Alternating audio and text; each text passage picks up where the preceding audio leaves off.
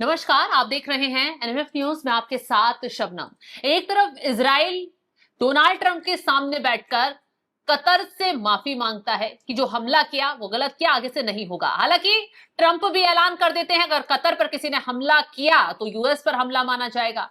ऐसे में ये सब पूरा खेल चल रहा था गाजा को लेकर। मुसलमान देशों को अपने पक्ष में ट्रंप लाते हैं और उसके बाद इजराइल की तरफ से क्या खेल खेला जाता है, सीधा छूटते ही ऐलान कर दिया जाता है कि अगर गाजा में कोई भी शख्स पाया जाएगा तो उसे आतंकी माना जाएगा। फिलिस्तीनी जितने भी हैं गाजा शहर को खाली कर दें, वरना तो उन्हें आतंकी मानकर सख्त से सख्त एक्शन लिया जाएगा। अब ये पूरा खेल क्या है, क्या कहानी चल रही है, इसी पर चर्चा करेंगे। चर्चा के लिए मेरे साथ मेरे सहयोगी अभिषेक हैं। अभिषेक, जिस तरीके से गाजा में जो लोग ठहरे हुए हैं, फिलिस्तीनी जो लोग हैं, उन्हें वहां से हटने के लिए कहा गया है। अब सवाल ये खड़ा होता है कि ये लोग आखिर जाएंगे कहां? क्या मुस्लिम देश इन्हें शरण देंगे? क्या ट्रंप इन्हें शरण देंगे? क्या इजराइल इनके लिए कोई सुविधा करेगा? क्योंकि इजराइल ने तो सीधे सीधे कह दिया है यहां पर ठहरोगे तो आतंकी घोषित कर दिए जाओगे। आतंकी घोषित करने का मतलब है मारे जाओगे। इजराइल ने नहीं कही है शबनम ये बात ट्रंप ने ही कही है, अमेरिका की तरफ से कही गई है। जो 20 सूत्रीय कार्यक्रम था, प्लान माफ कीजिएगा, जो 20 सूत्रीय प्लान गाजा के लिए ट्रंप ने दिया है, ये बात उसी में लिखी हुई है और इसके लिए स्वीकारोक्ति दे दी है। जितने भी इस्लामिक वर्ल्ड हैं, दुनिया के तमाम देश हैं, भारत के प्रधानमंत्री की तरफ से भी उस प्लान का स्वागत किया गया। दरअसल देखिए, ये एक पूरा प्लान था, सब कुछ प्लान था। ट्रंप ने बहुत पहले कहा था कि यहाँ हम ट्रंप सिटी बनाएंगे, ट्रंप टावर्स यहाँ बनेंगे, गाजा को हम साफ करेंगे, 50 लाख करोड़ रुपए का यहाँ निवेश करेंगे। इस बात से तो कोई गुरेज नहीं करेगा, ये बात कही गई थी। हाँ। अब देखिए, कतर पर हमला किया गया। कतर पर हमला क्यों किया गया? इजराइल ने कहा कि यहां हमास के आतंकी थे। हमास के आतंकी क्यों थे? क्योंकि अमेरिका ने भेजे हुए थे मध्यस्थता करने के लिए। जो बंधक बनाए हुए हैं एक दूसरे देशों के पास जो लोग हैं, उन बंधकों की रिहाई कैसे सुनिश्चित की जाए, उनके लिए बातचीत करने के लिए डेलीगेशन इजराइल से गया था दोहा में। वहां पर बात की और बात करने के अगले दिन ही, मतलब कहेंगे कुछ घंटों बाद ही, उस बिल्डिंग के ऊपर हमला हो जाता है। तो क्या इस बारे में ट्रंप को जानकारी नहीं थी? जब ट्रंप की तरफ से ये कहा गया था कतर को कि आप अपने यहां बैठाकर मध्यस्थता करवाइए, ठीक है। अब ये कतर था, कतर पर हमला हुआ था, इसीलिए जो इस्लामिक देश थे तमाम, वो इकट्ठा हुए एक मंच पर। देखिए, हमला ईरान पर जब हुआ था तो कोई देश ईरान के साथ खड़ा हुआ था? नहीं हुआ था। 2-4 देशों ने ट्वीट जरूर किए थे, हम हमले की निंदा करते हैं, संप्रभुता पर खतरा है ईरान की, उसके अलावा कुछ किया किसी ने? नहीं किया। सऊदी अरब पर अगर ये हमला होता तो भी सारे इस्लामिक देश इकट्ठे नहीं होते। क्यों नहीं होते? क्योंकि ईरान उसके साथ नहीं आता, सऊदी अरब के साथ नहीं आता, ईरान नहीं आता तो सीरिया तो खैर आ जाता। अब सीरिया का अल-शुरा को राष्ट्रपति बना दिया, तो बहुत सारे देश इकट्ठे वहां नहीं होते। लेकिन कतर एक कहेंगे न्यूट्रल स्टेट है, एक न्यूट्रल देश है, तो वहां सारे देश आए, 50 से ज्यादा देश आए, मिले, एक प्रस्ताव जारी किया, निंदा प्रस्ताव, इस्लामिक फोर्सेस भी बनाने की बात हुई। जो अब ट्रंप हैं उनसे उन्होंने बात कही कि मालिक, आपकी संरक्षण में हम पल रहे हैं इतने दिनों से, $500 बिलियन का निवेश आपके देश में हमने किया हुआ है और उसके बावजूद हमारे देश पर हमला हो जाता है। उन्होंने कहा ठीक है, माफी मंगवाते हैं। नेतन्याहू से माफी मांग ली। अब देखिए, नेतन्याहू से सुनिए, ये भी तो खेल था अभिषेक कि गाजा को लेकर अब मुस्लिम देश धीरे धीरे कर आवाज उठा रहे थे और ट्रंप को लगा 50 ये जो जितने भी मुस्लिम देश इकट्ठे हुए 57 के ये कुछ बड़ी रणनीति बनाएंगे, बड़ी प्लानिंग बनाएंगे। आपको समझना पहले ये होगा कि गाजा के लिए किसी भी देश ने आवाज नहीं उठाई है। 7 अक्टूबर के बाद से जो हमला हुआ है गाजा के ऊपर, किसी देश ने आवाज नहीं उठाई है। अभी फ्रांस और सऊदी अरब भी यूएन में जो प्रस्ताव लेकर आए वो फिलिस्तीन के लिए लेकर आए। फिलिस्तीन का मतलब है गाजा प्लस वर्ल्ड बैंक। उसमें भी एक शर्त थी कि हमास को हथियार छोड़ने होंगे और हमास को पॉलिटिकल जो डायस्पोरा है उसमें जगह नहीं मिलेगी। मतलब वो राजनीति में एंट्री नहीं कर पाएगा जो हमास है। अब देखिए, हमास और गाजा के जो लोग हैं, गाजा में बताया जाता था कि लगभग 25 लाख लोग उस गाजा पट्टी में रहते थे। लेकिन जैसे ही 7 अक्टूबर को हमास के आतंकियों ने इजराइल के ऊपर हमला किया और उसके बाद जो रिटेलिएशन किया गया इजराइल की तरफ से, वहां से लोग पलायन करना शुरू हुए। मौजूदा वक्त की आबादी वहां 10 लाख की बताई गई थी कि फिलहाल वहां 10 लाख लोग बचे थे। जॉर्डन सीमा साझा करता है गाजा के साथ, मिस्र सीमा साझा करता है। उस दिन के बाद जब सैकड़ों लाखों लोग उनकी सीमाओं पर पहुंचे थे, क्या किसी इस्लामिक देश ने एक भी व्यक्ति को शरण दी थी? इजराइल की तरफ से जो मदद जाती थी, उस मदद को भी कई दिन तक रोका गया था मिस्र के द्वारा, तब जाकर गेट खोले गए थे। आज भी मानवीय सहायता जो है वो कोई वहां मिस्र नहीं पहुंचाता, इस्लामिक राष्ट्र है। जॉर्डन नहीं पहुंचाता, इस्लामिक राष्ट्र है। इजराइल ही पहुंचाता है, जितनी भी पहुंचाता है उस सहायता में वो भूखे मरे या फिर उनका पेट कम भरे। देखिए लेकिन दुनिया के देश, सुनिए सब देश इकट्ठा होते हैं तो उसके बाद तो सऊदी अरब की तरफ से कहा जाता है ना कि गाजा को लेकर भी बातचीत होगी। गाजा को लेकर बातचीत होगी, लेकिन हमास की जगह नहीं है। फिलिस्तीन में हमास की जगह नहीं है। अब देखिए हमास की अगर आतंकी गाजा के सारे 10 के 10 लाख लोग या 25 लाख जो लोग थे वो तो थे नहीं, लेकिन क्या किसी गाजा वासी ने हमास के आतंकी के खिलाफ आवाज उठाई? नहीं उठाई।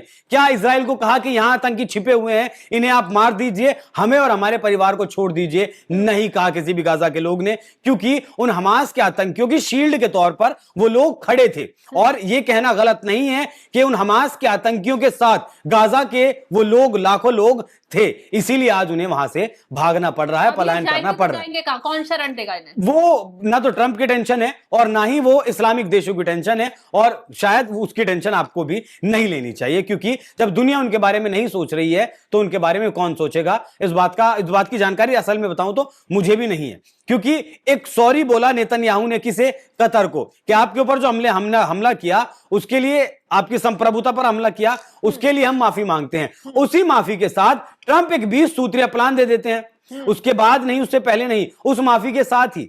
और वो 20 सूत्रीय जो प्लान दिया जाता है उस पर कतर भी राजी है, उस पर सऊदी अरब भी राजी है, उस पर फ्रांस भी राजी है, उस पर भारत भी राजी है, उस पर टर्की भी राजी है, सब उस पर राजी हैं। और उसमें लिखा पता है क्या है? उसमें लिखा है कि ये जो प्लान है 72 घंटे जैसे ही लागू होगा, उसके 72 घंटे के अंदर युद्ध विराम करना होगा। युद्ध विराम करना होगा, और अगर युद्ध विराम नहीं करता है हमास, तो फिर इजराइल के पास पूरी ताकत है, इजराइल के पास पूरी पावर है, जैसे भी वो चाहे गाजा को खाली करा सकता है। ये उसके पॉइंटर में लिखा हुआ है, ट्रंप ने लिखा हुआ है इसमें कि गाजा के लोग के ऊपर कोई दबाव नहीं होगा, वो चाहे तो यहां रुक सकते हैं, वो चाहे तो यहां से जा सकते हैं, उनके ऊपर कोई प्रेशर नहीं होगा। इंटरनेशनल फोर्सेस यहां की अब रक्षा करेंगी, सुरक्षा करेंगी, और जो कमेटी, जो अध्यक्ष बनेगा, ये 20 सूत्रीय जो प्लान है उसका अध्यक्ष पता है आपको कौन है? अमेरिकी राष्ट्रपति डोनाल्ड ट्रंप। उसके सदस्य तो पता कौन है आपको? ब्रिटेन के पूर्व प्रधानमंत्री टोनी ब्लेयर, ये इसके सदस्य हैं। तो जिस कमेटी के अध्यक्ष ट्रंप हैं, वो क्या गाजा को अपने हिसाब से नहीं बसाएंगे? वो वहां एक ट्रंप सिटी बनाना चाहते हैं। समझिए इस बात को आप, अगर 50 लाख डॉलर का, 50 बिलियन डॉलर का कोई इन्वेस्टमेंट वहां करेगा, तो वो वाकई में जगह ऐसी होगी जहां आतंकियों के लिए तो जगह नहीं होगी। गाजा का जो एक हिस्सा पूरा समुद्र से लगता है, तो वहां आप व्यापार बहुत आसानी से कर सकते हैं, व्यापार बहुत आसानी से आप वहां कर सकते हैं। स्वेज कनाल वाला जो इलाका है, वहां से अब व्यापार करने में मुश्किल हो रही है, क्योंकि स्वेज कनाल में बहुत भारी मात्रा में सिल्ट वहां जमा हो गया है, वहां से जहाजों को निकलने में समस्या आती है। तो प्लान ये भी है कि एक रास्ता वहां से भी निकाला जाए, क्योंकि एक छोटी सी पट्टी तो है, बहुत ज्यादा चौड़ाई उसकी नहीं है, समुद्र से उसकी सीमा लगती है, तो एक रास्ता वो भी निकालने का पूरा प्लान है। इसलिए मैंने कहा कि जितने भी इस्लामिक देश हैं वो सारे समर्थन दे चुके हैं, वो भी जो अपने आप को ओटोमन साम्राज्य का हिस्सा मानते थे, और तुर्की जैसे देश क्या बनना चाहते हैं, वो पाकिस्तान जैसे देश भी खलीफा जो बनना चाहते हैं, सऊदी अरब जैसे देश जो है वो जो मुस्लिम देशों पर अपना प्रभुत्व साबित करना चाहते हैं, ईरान जैसे देश, सब इस बात को परमिशन दे चुके हैं। कहना गलत नहीं होगा कि जो एक दूसरे पर हमला चल रहा था, गाजा पर जो वार हो रहे हैं, ये सब ट्रंप का खेल है कि आखिर में वो अपनी चीजें अड़ाएंगे, अपने व्यापार को आगे लाएंगे, और फायदा उन्हें होगा तो तमाम देशों को भी उनसे डील कर वो फायदा करेंगे, और फाइनल फैसला उन्हीं का माना जाएगा। एक नक्शा भी जारी किया उन्होंने गाजा को लेकर, जिसमें 3 पट्टियां दिखाई गई है, जिसमें नीली, लाल, पीली जो पट्टी है उसको दर्शाया गया है। वो पट्टियां यही इशारा है कि अब हम अपने हिसाब से जहां में जो जोन बनाना होगा उस जोन को हम बनाएंगे और ऐसे ही करेंगे।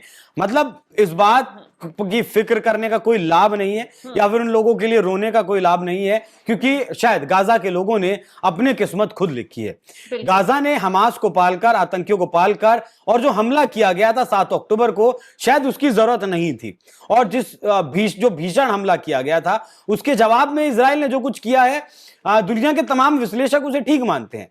इजराइल ने जो किया वो रिटेलिएशन में किया। जिस तरीके से 2000 लोगों को बंदी बनाकर लेकर जाया गया, और जो वो तस्वीर तो आपने देखी होगी, एक महिला को नग्न कर कैसे गाड़ी पर बांध कर लेकर गए थे, बलात्कार वहां किए गए, हत्याएं वहां किए गए, मतलब निर्ममता की जो हद पार की गई हमास के आतंकियों के द्वारा, वो उसका समर्थन कोई नहीं कर रहा है।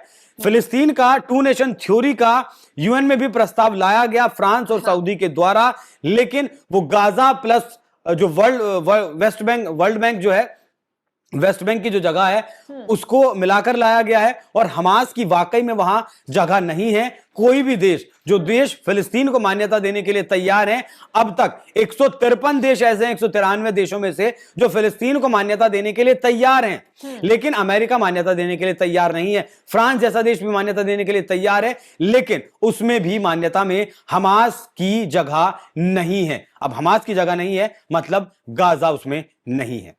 चलिए, तो तमाम जानकारी देने के लिए शुक्रिया। तो जिस तरीके से इजराइल ने ट्रंप के साथ खेलकर जो रणनीति अपनाई, उसके बाद यह ऐलान कर दिया गया कि गाजा अब इस्तेमाल सिर्फ डोनाल्ड ट्रंप तमाम मुस्लिम देशों के साथ, इजराइल के साथ अपने व्यापार के लिए करेंगे। रणनीति यही है, और इसी वजह से अब डोनाल्ड ट्रंप ने सीधा सीधा कंधे पर बंदूक रखकर इजराइल के चला दिया। इजराइल ने ऐलान कर दिया है कि अब गाजा को वो अपने तरीके से निपटेंगे, फलस्तीनी यहां से चले जाएं, सारे लोग वरना आतंकी घोषित कर दिए जाएंगे। वजह है हमास के जितने भी आतंकी हैं वहां शरण ले रहे हैं, और वो लोग जो हैं वहां के उन्हें सपोर्ट कर रहे हैं। हालांकि अब अगला एक्शन क्या होता है ये देखने वाली बात होगी। फिलहाल इस खबर को लेकर आप क्या राय रखते हैं कॉमेंट बॉक्स में जरूर बताइएगा। तमाम बड़ी खबरों की अपडेट के लिए आप हमारे साथ जुड़े रहें। नमस्कार।